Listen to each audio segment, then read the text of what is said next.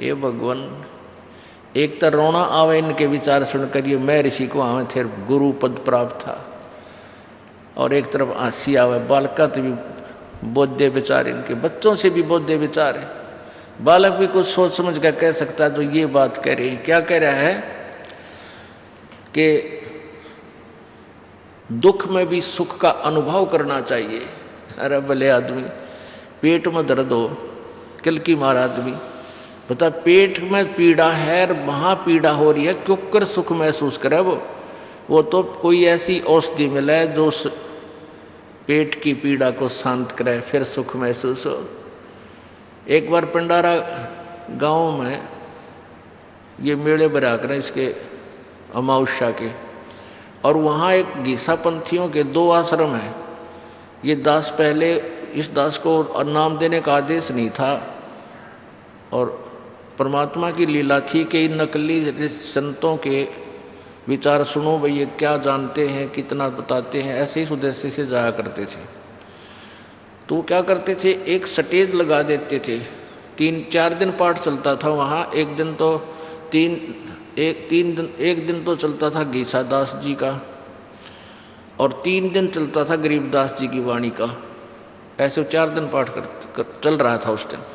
तो वो आमंत्रित कर देते थे दूर दूर के संतों को, लाल कपड़े वालों को, वो आ जाते थे। उनको एक मंच, एक बड़ा सा मंच बना देते थे, जैसे तख्त लगा कर उन पर लाइन में बैठा देते थे। तो 5-10 आ जाते, वो अपने अपने विचार व्यक्त किया करते थे, सत्संग करते थे। तो उनमें से एक को उसका जो असिस्टेंट था, उसका जो सेक्रेटरी था, वो उसकी महिमा बतावा था कि ये बड़े विद्वान पुरुष हैं, इन्होंने बड़े गहन अध्ययन किए हैं शास्त्रों के, और इनके ऐसे ऐसे इतने आश्रम हैं, हरिद्वार में भी है, ऐसे ऐसे के। तो सभी भक्तजन उसके विचारों की तरफ ज़्यादा आकर्षित हुए। ये दास भी उसमें उपस्थित था।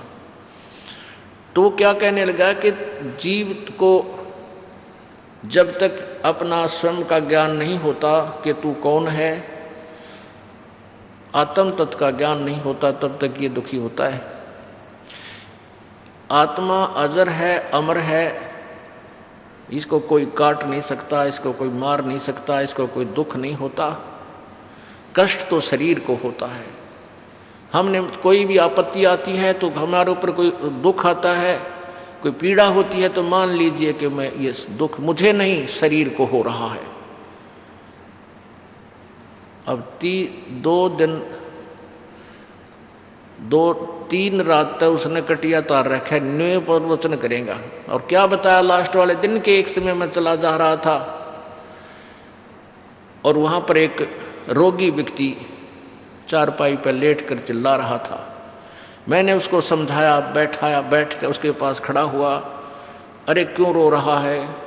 ये शरीर, तुम्हें दुख नहीं है, तुझे तेरे शरीर को कष्ट है, तूने ये मान लिया कि मुझे कष्ट है। तो मेरे इन विचारों से उसका चिल्लाना शांत हो गया, उसको कोई पीड़ा नहीं रही। अब देखो, जिसको ज्ञान नहीं, बच्चे जो श्रोता वो तो स्टूडेंट होते हैं, विद्यार्थी होते हैं, और जो स्टेज पर वो बोल रहे हैं वो टीचर होते हैं। तो विद्यार्थी की इतनी बुद्धि नहीं होती कि टीचर गलत कह रहा होगा, ना वो इतना सोचने में विवश होता, ना वो बोल सकता, ना कह सकता। तो लेकिन सभी प्रभावित बड़े हुए, वाह भाई वाह, वाह महाराज, बड़े तोड़ पाड़ दिया। अब तीसरे दिन 2 बजे से उनका सत्संग, वो क्या करता था, जब उसका नंबर आ जाता, अपने घंटा 15-20 मिनट उसको टाइम मिलता, सत्संग सुना कर उठ जाता था। तो लास्ट वाली रात को भी उसने ऐसा ही किया। 2 बजे से उठ कर अपने कमरे में चला गया। उनके अलग अलग कमरों में उनकी स्टे कर रखा था, उनको रुकने का स्थान दे रखा था। सत्संग समापन हो गया, श्रोता चले गए, कुछ उधर इधर लेट गए। उस वक्ता के पेट में दर्द हो गया बहुत बुरी तरह, और डांगर की तरह रोए। ले सत्कर मानना, मालिक ने तुरंत फैसला दिया उस नालायक को। इस दास को भी थोड़ा सा उसकी तरफ अट्रैक्शन सा हुआ था, वहाँ भाई ये बात तो कुछ इतना एजुकेटेड बतावा इसने, और ये ऐसी बात कह रहा है तो बहुत कुछ बात ठीक सी लग गई इसकी। क्योंकि ये सन 1989 की बात है, दास ने 1988 में उपदेश लिया ही था। तो क्या उसको मारा किलकी पड़ा पड़ा कमरे में, उसका असिस्टेंट वो सेक्रेटरी था, वो गया वहाँ का जो सत्संग करा रहा था उस महंत के पास, वो पड़ोस में तो एक कार लिया दूसरे उसके आश्रम में थे मांग के, फिर उन्हें घेर के उस कार में जींद ले गए। वो सुबेरा 5 साढ़े 5 बजे आया, वो पेट में बिरन के उठा, वो बीमारी होगी उसका, वहाँ रखा ग्लूकोज वगैरह चढ़ाई, कई इंजेक्शन लाए, 2 घंटे में जाकर उसका वो रोग शांत हुआ। वो फिर गाड़ी में तो उतर के अपने कमरे का इन्नू चाले जो कर जच्चा चल लग रहा है, सहज सहज कदम रखे। अब वो जो उसके सामने श्रोताओं के सामने वो ज़्यादा डिप्रेस हो गए थे संत दूसरे वो महात्मा, उनका दाव लगाई भी। उनमें से 1-2 जना जाकर लाग कर उसके नज़दीक सी कहने लगे, महाराज तू तो जीव था, शरीर को कष्ट था, क्यों किलकी मारा था, तेरा दर्द था ही नहीं तो रो क्यों रहा था।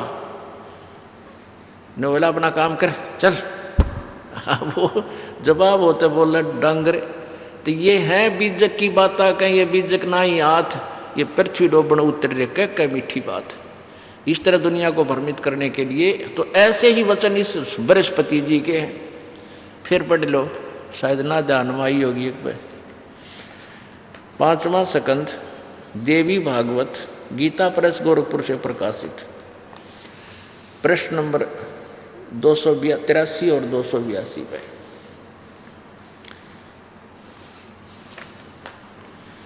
व्यास जी कहते हैं, देवराज इंद्र की बात सुनकर बृहस्पति जी उनसे कहने लगे, बृहस्पति जी के वचन, प्रारब्ध कर्मों का अभाव बिना भोगे नहीं हो सकता, यह स्पष्ट है। आर्य संपूर्ण देवता तुम्हारे सहायक हैं, तुम स्वयं भी बुद्धिमान हो, फिर भी जो होनी है वह होकर ही रहेगी, तुम उसे टाल नहीं सकते। ऐसी स्थिति में सुख और दुख की चिंता में नहीं पड़ना चाहिए।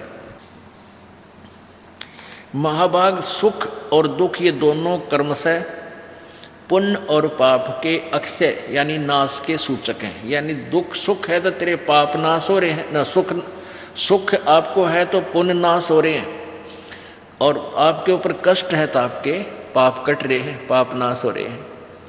अतएव बुद्धिमान पुरुषों को चाहिए कि सुख के अभाव में भी सर्वथा आनंद का ही अनुभव करे।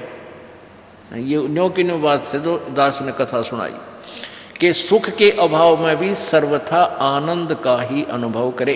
यानी पेट में दर्द हो और न्यों कहना हाँ करके दिखाई सुख का अनुभव, और भी कोई दर्द हो सकता है किसी प्रकार का भयंकर पीड़ा, तो वो ये इनके विधान गलत थे, इनका सिद्धांत गलत था, इन्होंने सदग्रंथों को समझा ही नहीं। इसलिए अपने लोकवेद दंत कथा बना के अज्ञान सिद्धांत के ऊपर पूरे मानव समाज को आधारित कर दिया। पुण्यात्मा, जैसे कोई भी आपको परेशानी है, टेंशन है, वो कितनी है, किसी प्रकार के भी आप प्रयत्न कर लो, वह टेंशन खत्म नहीं हो सकती। एक बार ये दास सत्संग सुन रहा था एक टीवी चैनल पर, ये कुमार स्वामी जी, और वो सुबह सुबह आता उसका प्रोग्राम, हमने देखा करता कौन क्या विचार देते हैं। तो वो क्या कह रहे हैं, किसी ने पूछा जी मुझे टेंशन बहुत रहती है, उसका बताओ इलाज। उसका कहने लगा उसका मंत्र है। क्या मंत्र है कि कुछ ऐसे शब्द बोलो जिनका कोई अर्थ ना हो, एकांत स्थान पर, यानी वो बोल कर सुना रहा है पुरानी के बन रहा है, लाभ पर टेंशन खत्म हो जाएगी। ये कोई बात हुई, ये समाधान देंगे। टेंशन जिस कारण से है, वो काम जो बिगड़ा पड़ा है वो ठीक हो तो टेंशन मिटे, ना कितनी बकवाद कर ले। टेंशन समाप्त करने के लिए शराब पी लेते हैं। अब शराब पी के तो पड़ गया बेहोश होकर, उठते फिर वह टेंशन तैयार। वो जिस कारण से टेंशन से, वो तो जब तक वो नहीं ठीक होगा, वो काम बिगड़ा हुआ, कोई वो उसका समाधान नहीं होगा, इतना टेंशन खत्म नहीं हो सकती कितनी बात बना ले। तो बिगड़ी बनाओ भगवान, और दुख पाप टेंशन यानी कष्ट ये पाप के कारण, और पाप जब तक नाश नहीं होगा यानी पाप कटेगा नहीं तो टेंशन खत्म नहीं हो सकती, यानी पीड़ा समाप्त नहीं हो सकती। पैर में कांटा लगा हो और कांटा ना निकले और कहे जूते पहन ले, कांटा नहीं निकलेगा, तो कांटा लगे पैर में जूता पहना नहीं जा सकता, वो तो कांटा निकले फिर पीड़ा खत्म हो। फिर इस डर से जूता राम नाम का पहना जाए कि भगवान कहीं फेर ना लग जावे, फिर वो कभी जूता नहीं निकालेगा जिसके ऊपर आपत्ति आ चुकी है। अब ये तो विचार हैं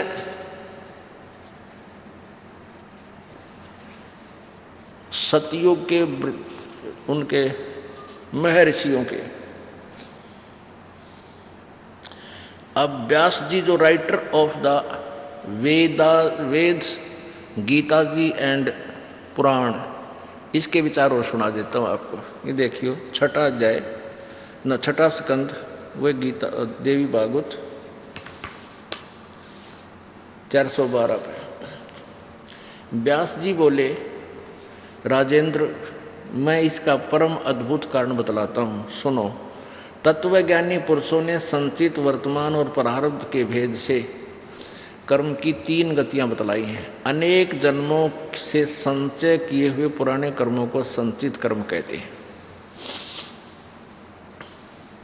शरीर धारण कर लेने पर काल की प्रेरणा से कर्म के कर्म चालू हो जाते हैं। प्रारब्ध कर्म उसे समझना चाहिए जिसका फल भोग लेने पर ही कुछ शेष नहीं रह जाता। प्राणियों को प्रारब्ध कर्म अवश्य भोगना पड़ता है, इसमें कोई संशय नहीं। ठीक 413 पर राजन, देवता, मनुष्य सभी को कर्म फल भोगना पड़ता है। कर्म की गति बड़ी गहन है। ये व्यास जी ने कलम तोड़ दी अपना अनुभव बताने की कि 3 प्रकार के कर्म हैं, संचित और क्रियावान और प्रारब्ध। अब जो संचित हैं वो तो रखे हैं ऊपर हमारे धर्मराज के दरबार में, और उनमें से संचितों में से पुण्य और पापों से एवरेज निकाल ली और उनसे हमारा प्रारब्ध बन गया। अब प्रारब्ध से वाले पाप से ही दुख होगा, जो संचित रखे उनसे नहीं, वो तो अगले जन्म में फिर आओगे जब होगा। तो प्रारब्ध के अंदर प्रारब्ध होते हैं जो वर्तमान में, जिनसे हमारे जीवन में उन्होंने लिख कर भेज दिए, इतने पुण्य इतने पाप भोगने पड़ेंगे। तो हमें वर्तमान में सुख और दुख प्रारब्ध वाले कर्मों से ही होगा। तो प्रारब्ध के जो पाप कटेंगे तो हमें सुख होगा, नहीं तो वो आपत्तियां जो कर्म की आती ही रहेंगी। अब देखना, एक कलयुगी महर्षि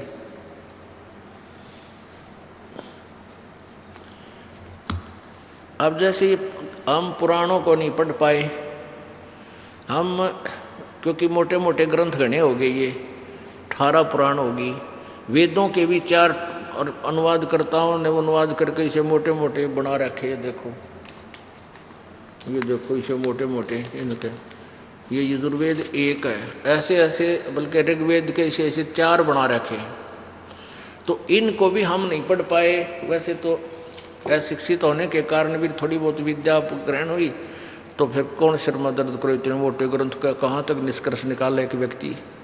तो फिर वर्तमान में हमने क्या सोच लिया कि जो भी कोई संत ऋषि महापुरुष हुआ है, उन्होंने वो वेदों के ज्ञाता थे, वेदों को पढ़ा है, पुराणों को पढ़ा है, अपने उस पुराणों के पढ़ने से, उनसे ग्रहण, वेदों के पढ़कर उनसे ग्रहण ज्ञान से अनुभव की जो पुस्तक लिख दी हमने, वही बहुत है और हमारी बुद्धि वहीं सेट हो चुकी थी।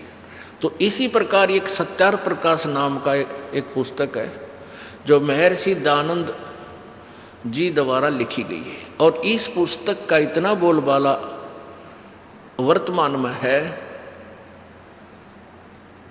कि शायद वेद भी इसके आगे फेल हो चुके हैं।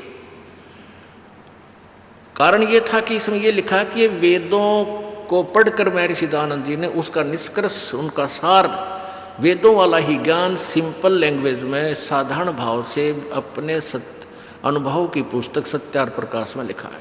तो प्रत्येक आदमी ये सोच बैठा था कि महर्षि दानंद एक बड़े विद्वान पुरुष थे, संस्कृत के ज्ञाता थे, और इन्होंने जो भी अनुभव अपना दिया है सत्यार प्रकाश में वो वेदों वाला ही है।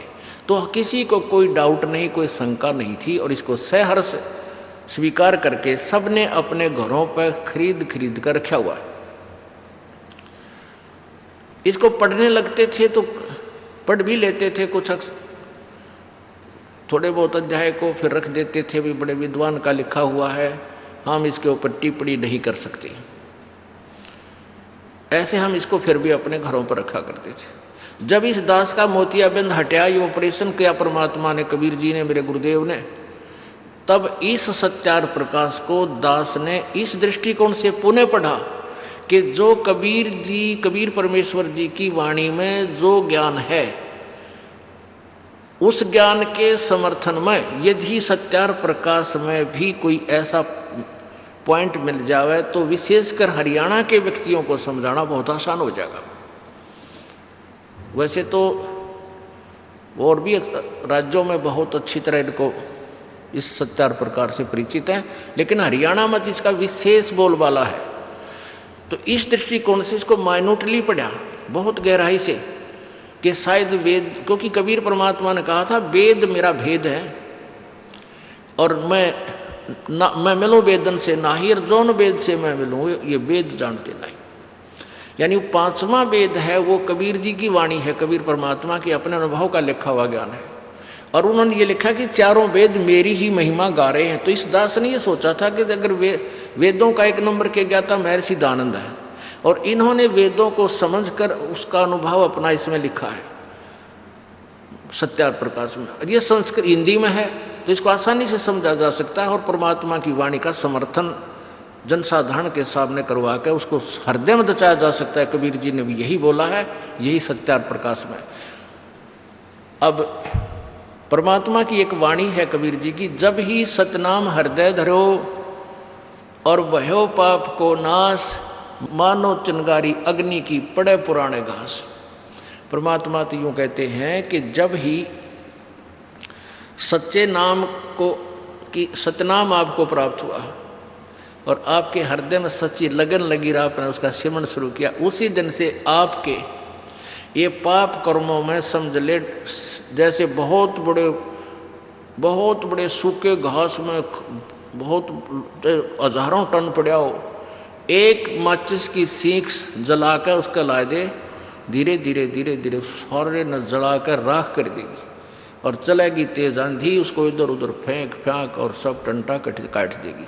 तो ऐसे परमात्मा ने तो लिखा है कि पाप परमात्मा के सच्चे नाम से पाप कट जाते हैं, सच साधना से। तो इसका समर्थन सत्यार प्रकाश के में ढूंढा तो इसमें लिख रखा है कि पाप नाश नहीं होते। दास को इतना विश्वास अवश्य हो गया था अपने भगवान पे, कबीर जी के ऊपर, कि उन्होंने जो लिखा है वो सत्य है और वेदों में ऐसा ही होगा। क्योंकि परमात्मा कहते हैं वेद मेरा ही भेद है, जो मैं ज्ञान देता हूँ इससे यही ज्ञान वेदों में भी है, और मेरी महिमा वेदों में सारी मेरे बारे में लिखा गया है। लेकिन मुझे